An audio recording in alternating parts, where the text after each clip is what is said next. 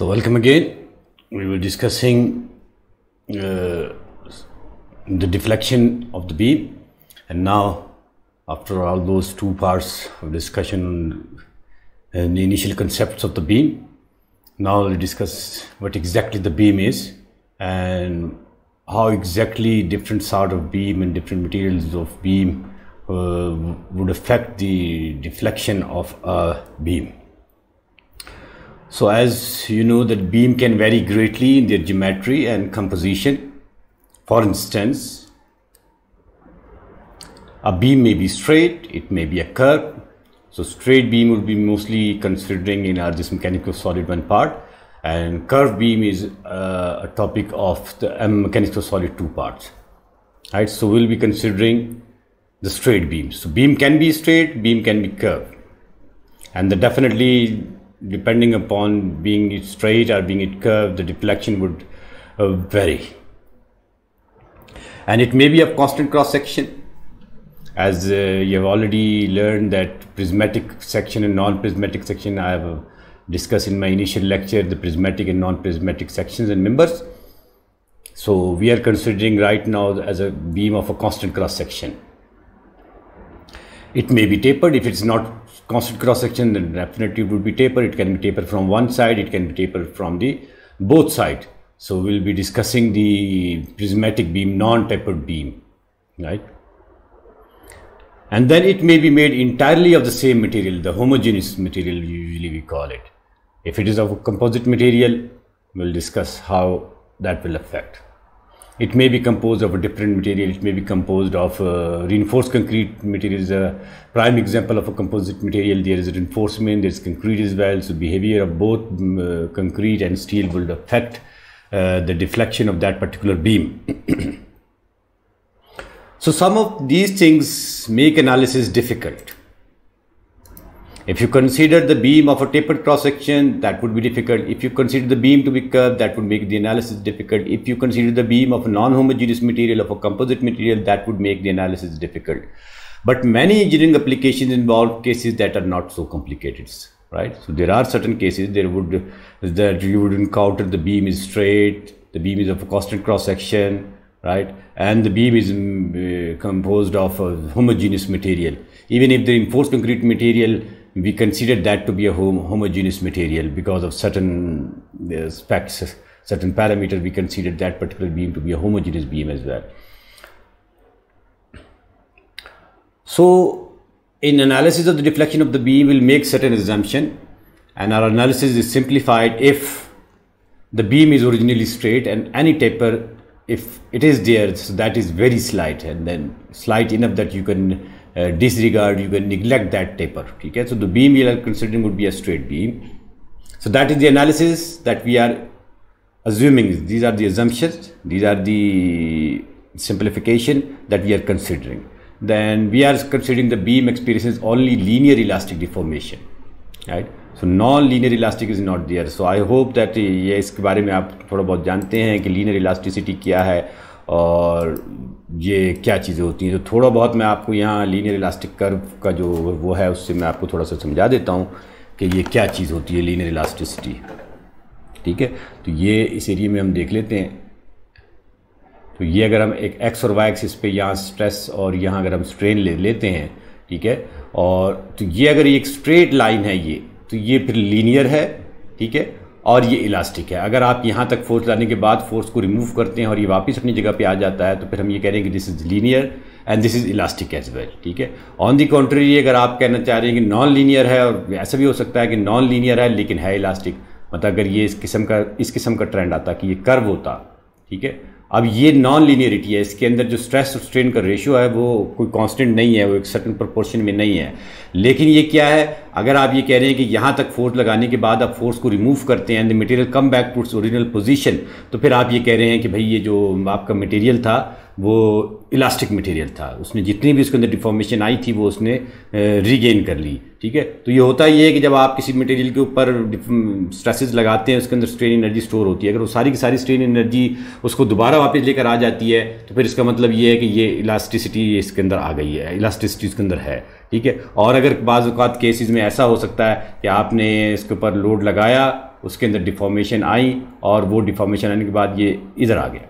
तो ये जो अमाउंट ऑफ डिफॉर्मेशन थी ये इसके अंदर परमानेंट डिफॉर्मेशन आ गई ये वाली, ठीक है। तो फिर इसका मतलब ये है कि ये जो मटेरियल था वो अब अपने इलास्टिक रेंज से निकल गया। तो आप क्या करते हैं कि आप लोड लगाते हैं, लोड रिमूव करते हैं, अपनी पोजीशन में आता है, लोड लगाते हैं मजीद बढ़ा के और फिर हटा देते हैं, अपनी जगह पे आ जाता है। तो जहाँ तक लोड आप लगा रहे हैं और उसको हटाने के बाद अगर मटेरियल अपनी ओरिजिनल पोजीशन में वापस आ रहा है तो इसका मतलब ये है कि उसके अंदर इलास्टिसिटी है। और अगर ये जो स्ट्रेस और स्ट्रेन का रेशियो है ये एक स्ट्रेट लाइन से आप इसको रिप्रेजेंट कर सकते हैं तो फिर इसका मतलब लीनियर भी है।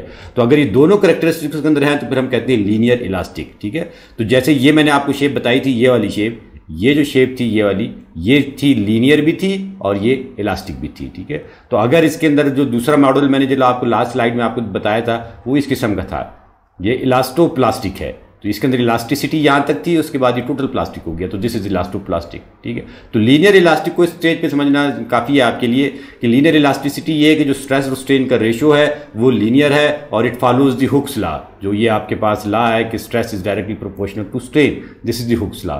तो ये जो लॉ है इस लॉ को फॉलो कर रहा है, तो हम कह रहे हैं कि भाई ये लीनियरिटी है इसके अंदर। और इलास्टिसिटी ये है कि आप उस स्ट्रेसेस को रिमूव करते हैं and the moment you remove that particular force, that particular stress, the material come back to its original position. तो फिर ये हम कह देते हैं कि ये इसके अंदर इलास्टिसिटी भी है। तो हम यहाँ ये एज्यूम कर रहे हैं, ये जो एनालिसिस ऑफ डिफ्लेक्शन हम कर रहे हैं उसकी जो हम इक्वेशंस डिराइव करेंगे आगे चल के, उसके अंदर हम ये पहली एजम्पशन हमने ये की कि जो बीम है दैट इज ओरिजिनली स्ट्रेट, ठीक है। तो कांस्टेंट क्रॉस सेक्शन किया, उसके अंदर कोई टेपर नहीं है, उसके अंदर कर्व बीम नहीं है, स्ट्रेट बीम है, कांस्टेंट क्रॉस सेक्शन है। सेकंड एजम्पशन हम ये कर रहे हैं कि the beam experiences only linear elastic deformation, जो उसके अंदर डिफॉर्मेशन आ रही है लीनियर इलास्टिक है। तो ये बहुत स्मॉल स्ट्रेसेस के अंदर आती हैं। तो अगर आपने स्टील का जो मैंने लास्ट उसमें बना के आपको दिखाया था वो स्टील का इस किस्म का होता है ये, ठीक है। तो ये यहाँ तक इसके अंदर लीनियरिटी है। अगर इस स्ट्रेन को आप देखते हैं तो बहुत स्मॉल स्ट्रेन होता है। तो जो आपने यकीनन जो मटेरियल प्रॉपर्टीज़ पढ़ी होंगी, इंशाल्लाह मैं कोशिश करूँगा कि इन तमाम चीज़ों के ऊपर भी जो आपके इनिशियल बेसिक कंसेप्ट हैं उसके ऊपर भी मैं कोई लेक्चर्स वगैरह रिकॉर्ड करूँ ताकि आपके वो कंसेप्ट भी अच्छे तरीके से क्लियर हो सकें, ठीक है।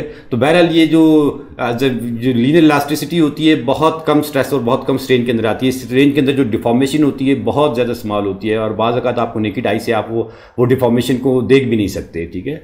तो लेकिन ज़ाहिर कैलकुलेशन पर्पजेज़ के लिए वो डिफॉर्मेशन आती है और हमारे जो सिविल इंजीनियरिंग में वही डिफॉर्मेशन जो स्मॉल इनफ है, even that is of utmost importance to earth, क्योंकि ज़ाहिर बहुत बड़ी बड़ी डिफॉर्मेशन आ गई तो फिर तो आपके स्ट्रक्चर के अंदर बहुत ज़्यादा कैटास्ट्रॉफिक चेंजेस आ जाती हैं। तो डिफॉर्मेशन आती है और वो डिफॉर्मेशन बड़े लो स्केल की होती है, लेकिन वही लो स्केल की डिफॉर्मेशन हमारे लिए बड़े काम की होती है। जैसे आपने इनिशियली आपने स्लाइड में देखा तो मैंने कहा था कि जो मोस्टली कोड्स हैं वो डिफ्लेक्शन को स्पेसिफाई करते हैं 1/360।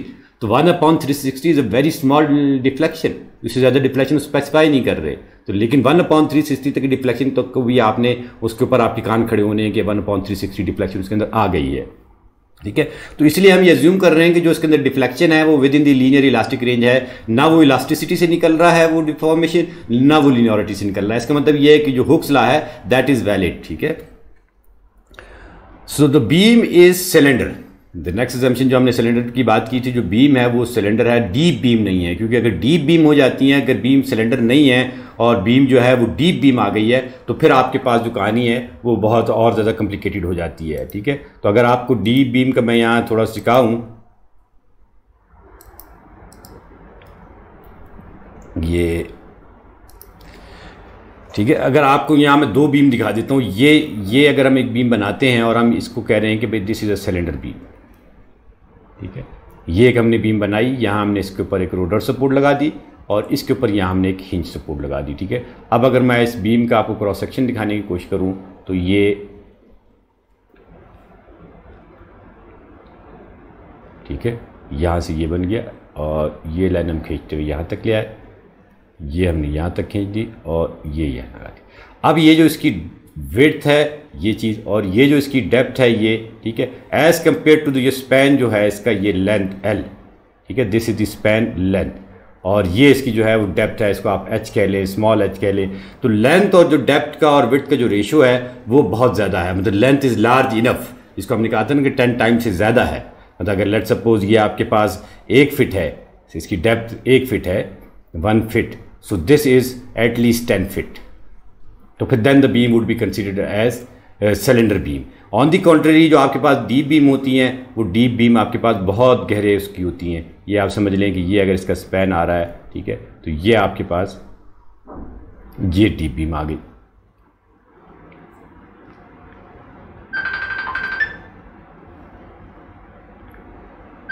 ठीक है, ये आपके पास डी बीम आ गई। तो this is your D beam. ठीक है जी। तो इसको जब आप देखेंगे तो इसकी जो एनालिसिस होगी वो इंटायरली डिफरेंट होगी इसके मुकाबले में जो कि आपके पास सिलेंडर बीम की एनालिसिस आ रही है। ठीक है, तो ये वो आपके पास सिलेंडर बीम और डी बीम की थोड़ा सा फ़र्क है। तो we are considering the beam to be cylinder, we are not considering the deep beams, and we are saying कि only small deflections are considered. जिस तरह मैंने आपको वहाँ लीनियर इलास्टिसिटी की जब हम बात कर रहे थे तो उसके अंदर भी मैंने आपको समझाने की कोशिश की, जो हम डिफ्लेक्शन कंसिडर कर रहे हैं वो बहुत स्मॉल डिफ्लेक्शन कंसिडर कर रहे हैं। We are not considering the large deflection, and the beam जो है वो स्ट्रेस स्ट्रेन रेशो के हुक्स लॉ के अंदर अंदर बीम उसको फॉलो कर रही है। ठीक है, तो ये सारी एजम्पशन के साथ हम अपनी एजम्पशन कर रहे हैं और जो एनालिसिस करेंगे वो उसके साथ करेंगे। अब जो एनालिटिकल मेथड है, ये एजम्पशन हमने कर ली, अब मेथड कौन से हम इस्तेमाल करेंगे, तो डिफरेंट एनालिटिकल मेथड हैं कि जो नंबर ऑफ एनालिटिकल मेथड्स, ये पॉइंटर ले लेता हूँ, number of analytical methods are available for determining the deflections of the beam. ठीक है, अब उसमें से कौन कौन से मेथड है वो काफ़ी सारे हैं, जिसके नाम मैंने आपको पहले भी लिए थे कि स्लोप डिफ्लेक्शन है, मोमेंट इंटीग्रेशन है, और अच्छे खासे हैं। जो आपके डिटर्मिनेट बीम है उसके अलग है, इंडिटर्मिनेट बीम के अलग हैं। ठीक है, तो हम जो सिर्फ मेथड कर रहे हैं जो हमारे इस कोर्स का हिस्सा है, जो हमारे कोर्स के स्कोप में है, और that is double integration method. ठीक है, तो इन तमाम जितने भी मेथड्स हैं उसका वो कह रहा है their common basis is the differential equation. ये बड़ी इंपॉर्टेंट टर्म है डिफरेंशियल इक्वेशन की, कि जो इनके तमाम का जो बेसिस है वो है डिफरेंशियल इक्वेशन। ठीक है, ये मैं पॉइंटर लेना चाह रहा था। तो ये जो डिफरेंशियल इक्वेशन है ये बड़ी इंपॉर्टेंट चीज़ है। ठीक है, ये अब आपको समझने की इसमें ज़रूरत होगी। ये हम आगे निकल गए, ये पेन लिया आपने। ये डिफरेंशियल इक्वेशन जो है ये बड़ी इंपॉर्टेंट चीज़ है। जैसे आपको पता है कि अगर आप किसी भी चीज़ की इक्वेशन बनाने जाते हैं, कि कोई भी लाइन आप ड्रॉ करते हैं, ठीक है, अगर एक स्ट्रेट लाइन है तो वो लीनियर इक्वेशन उसकी बन जाती है, उसकी एक अलग इक्वेशन है। जैसे आपने इक्वेशन ऑफ सर्कल पढ़ी होगी, जैसे आपने इक्वेशन ऑफ पैराबोला पढ़ी है, जैसे आपने इक्वेशन ऑफ हाइपरबोला पढ़ी है। ठीक है, तो हर चीज़ की इक्वेशन आती है। ठीक है, तो यहाँ जो हमारे पास इलास्टिक कर्व बन रहा है, जो बीम डिफ्लेक्ट होती है, तो उसकी भी एक इक्वेशन बनती है। ठीक है, तो वो जो इक्वेशन है वो डिफरेंशियल इक्वेशन है। जैसे अगर आपने यहाँ मैंने लास्ट उसमें आपको दिखा रहा था, ये लीनियर इलास्टिसिटी के उसमें ये समझ लीजिए कि लीनियर वो है, और इसको अगर आप कह रहे हैं कि y है और इसको आप कह रहे हैं कि x है, तो अगर आप इसका स्लोप लेने जा रहे हैं तो फिर आप ये क्या कहते हैं, ये ले लेते हैं और ये ले लेते हैं। ये जो चीज़ है ये क्या है, ये दो पॉइंट है y2 और ये पॉइंट है y1, तो ये क्या है, डेल्टा y है। ठीक है, इसी तरीके से ये जो पॉइंट है दिस इज x2, एंड ये जो पॉइंट आ रहा है ये वाला, ये हम कह रहे हैं x1, तो ये जो अंदर वाली चीज़ आ गई डेल्टा x आ गई। तो अब अगर आप इसका स्लोप लेने जा रहे हैं तो स्लोप क्या है, delta y upon delta x। तो दिस इज क्या है, this is the differential equation. ठीक है, इसको आप ये स्लोप जो होगा, this slope is equal to this thing. ठीक है, तो इस तरीके से जो है हर लाइन की, हर चीज़ की एक इक्वेशन बनती है, और ये जो हमारा इलास्टिक कर्व है इसकी भी एक डिफरेंशियल इक्वेशन बनेगी। ठीक है, तो जो जितने भी आपके पास ये एनालिटिकल मेथड है, इसमें आपका जो बेसिस है वो ये है कि you are going to develop a differential equation, then you will look for a solution of that particular differential equation, and that particular solution of differential equation can give you the deflection at any particular point. कुछ method में ये है कि exactly जिस point के ऊपर आप moment लगा रहे हैं, लोड लगा रहे हैं, उसी पॉइंट के ऊपर डिफ्लेक्शन देती है। कुछ मेथड ऐसे हैं जो कि पूरे इलास्टिक कर्व की डिफरेंशियल इक्वेशन होती है, उसकी मदद से आप उस कर्व पे किसी भी पॉइंट के ऊपर डिफ्लेक्शन आपको चाहिए तो आप निकाल सकते हैं। ठीक है, तो ये जो डबल इंटीग्रेशन मेथड है इसकी वर्सटिलिटी ये है कि you can find out the deflection at any point on the length of the beam. ठीक है, अगर आपने जो डिफ्लेक्शन के जो फार्मूले थोड़े बहुत आपने डिराइव किए होंगे, उसमें आपने देखा होगा जिस पॉइंट पे लोड लग रहा है उसके नीचे मैक्सिमम डिफ्लेक्शन आ जाती है। जैसे वहाँ मैंने आपको बताया था कि PL3/48I is the maximum deflection of a cantilever beam, 3EI sorry, और PL3 अगर 48EI ले लेते हैं तो फिर that is the maximum deflection of a point load, जो कि अगर आपके सेंटर में एक पॉइंट लोड लग रहा है सिंपली सपोर्टेड बीम के, तो फिर उस तरीके से है। लेकिन ये जो डबल इंटीग्रेशन मेथड है, this can give you the deflection if you want to calculate the deflection at any point throughout the length of that beam, तो फिर देन इसके जरिए से आप निकाल सकते हैं। तो that is the versatility of the double integration method. ठीक है, So the various method of deflection analysis are essentially different technique for solving differential equation. वो जो differential equation आप initially बनाते हैं, differential equation को solve करने के जो मुख्तलिफ तरीके हैं, उन मुख्तलिफ तरीकों की बेसिस के ऊपर ये सारे मेथड बना दिए गए हैं, ठीक है। जिस तरह ये जो आपके डबल इंटीग्रेशन मेथड है, इसको मैकॉलेज मेथड कहते हैं, मैकॉलेज मेथड भी। तो differential equation is essentially the same of all this. Elastic curve एक ही है ना, बीम का इलास्टिक कर्व एक ही है, जिस तरीके से उसका कर्व बना है उसकी एक ही डिफरेंशियल इक्वेशन बनेगी, लेकिन उस डिफरेंशियल इक्वेशन को जो सॉल्व करने के प्रोसीजर हैं, जो मेथड है, वो वेरी करते हैं, और जितने मेथड वेरी कर रहे हैं उसी के हिसाब से आपके एनालिटिकल मेथड भी वेरी कर रहे हैं। तो this is how analytical method work, ठीक है। सो method of double integration, the primary advantage of the double integration method is that it produces the equation of the deflection everywhere along the beam। ये भी मैंने आपको ये बताया था कि ये जो मेथड है, इसका सबसे जो प्राइमरी एडवांटेज है वो ये है कि भाई ये जो है आपको जो एवरीवेयर along the beam आपको डिफ्लेक्शन दे सकता है, ठीक है। किसी भी पॉइंट पर अगर आप डिफ्लेक्शन लेने जा रहे हैं तो आपको वो डिफ्लेक्शन मिल सकती है। तो ये अगर मैं पेन ले लूँ दोबारा तो मैं आपको समझाने की कोशिश करता हूँ कि ये क्या कहना चाह रहा है। तो अगर यहाँ मैं ऊपर की तरफ यहाँ बना देता हूँ, ये आपके पास अगर मैं एक बीम ले लेता हूँ, सिंपली सपोर्टेड बीम, ठीक है, और ये इसके ऊपर अगर एक मैं पॉइंट लोड लगा लेता हूँ और ये उसकी equation of the elastic curve बनती है।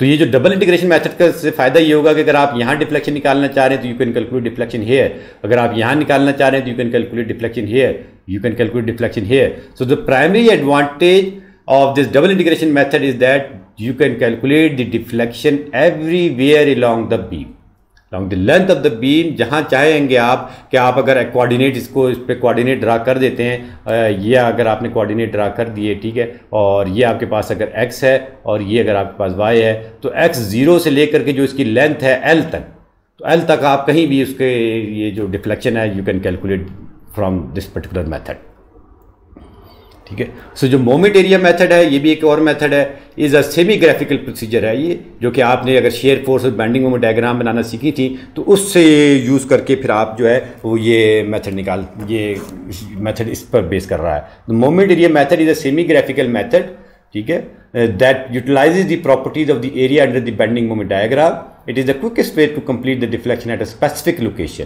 तो ये आपको फिर एक स्पेसिफिक लोकेशन के ऊपर दे सकता है if the bending moment diagram has a simple shape, ठीक है। जैसे अगर आपके पास इसकी बेंडिंग मोमेंट डायग्राम है तो ये सिंपल शेप है, ठीक है, या अगर कैंटिलीवर है उसकी भी बड़ी सिंपल शेप है। तो अगर आसान कोई शेप्स हैं जिसकी ज्योमेट्री आसान है तो फिर उसकी मदद से आप मोमेंट एरिया मेथड की मदद से भी निकाल सकते हैं। और ये जो मेथड्स हैं ये सारे के सारे डिटर्मिनेट बीम के लिए हैं। मेथड ऑफ सुपरपोजिशन है, ठीक है, in which the applied loading is represented as a series of simple load for the deflection formula is available.